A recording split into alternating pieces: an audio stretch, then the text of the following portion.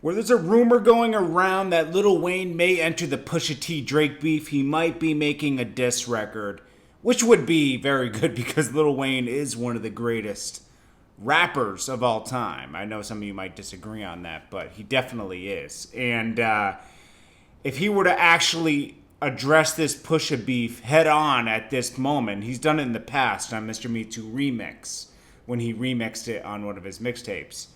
This would be good. Now, why would he enter the beef? Well, Pusha T's been mentioning him a lot in interviews, talking about how I couldn't imagine being in the industry for as long as Lil Wayne has. And Lil Wayne's younger than Pusha T, mind you. He's about 6 years younger than Pusha T, because I believe that Lil Wayne is 35 years old.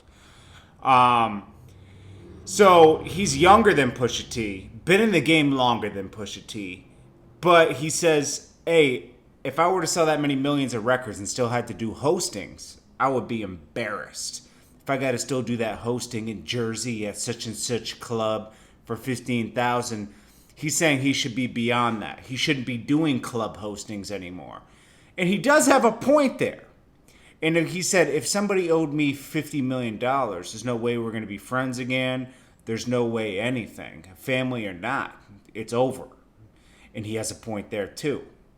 Lil Wayne hanging out with Birdman's a little spooky with this whole $51 million looming over everybody's head. It's almost like Lil Wayne, and don't get me wrong, Lil Wayne's one of my favorite artists, right?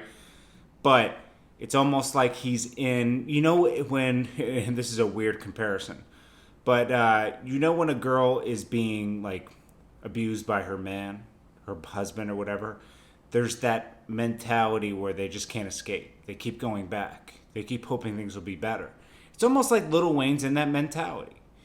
Because Birdman basically raised Lil Wayne. Lil Wayne's been down with Birdman since he was 14 years old, so he doesn't know anything else. He's always had that safety net. Now, Drake not responding is disappointing because Pusha T was allowed to get disrespectful. And Pusha T keeps questioning Drake's character. He said, this diss record is questioning a man's character. Well, should we question? Now, I always believe, and I come from, I'm in my mid-30s, so I come from an era where the gloves are off once beef happens. You can say anything.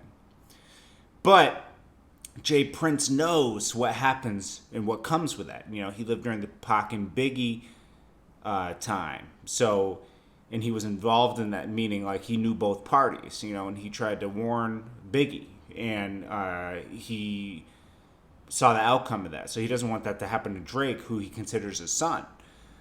But I think Drake should be allowed to be disrespectful as well and then end it there. I know Drake was going for the person that controls good music, Kanye West. He was going to take him out. Once you take Kanye out, Pusha T has no juice left.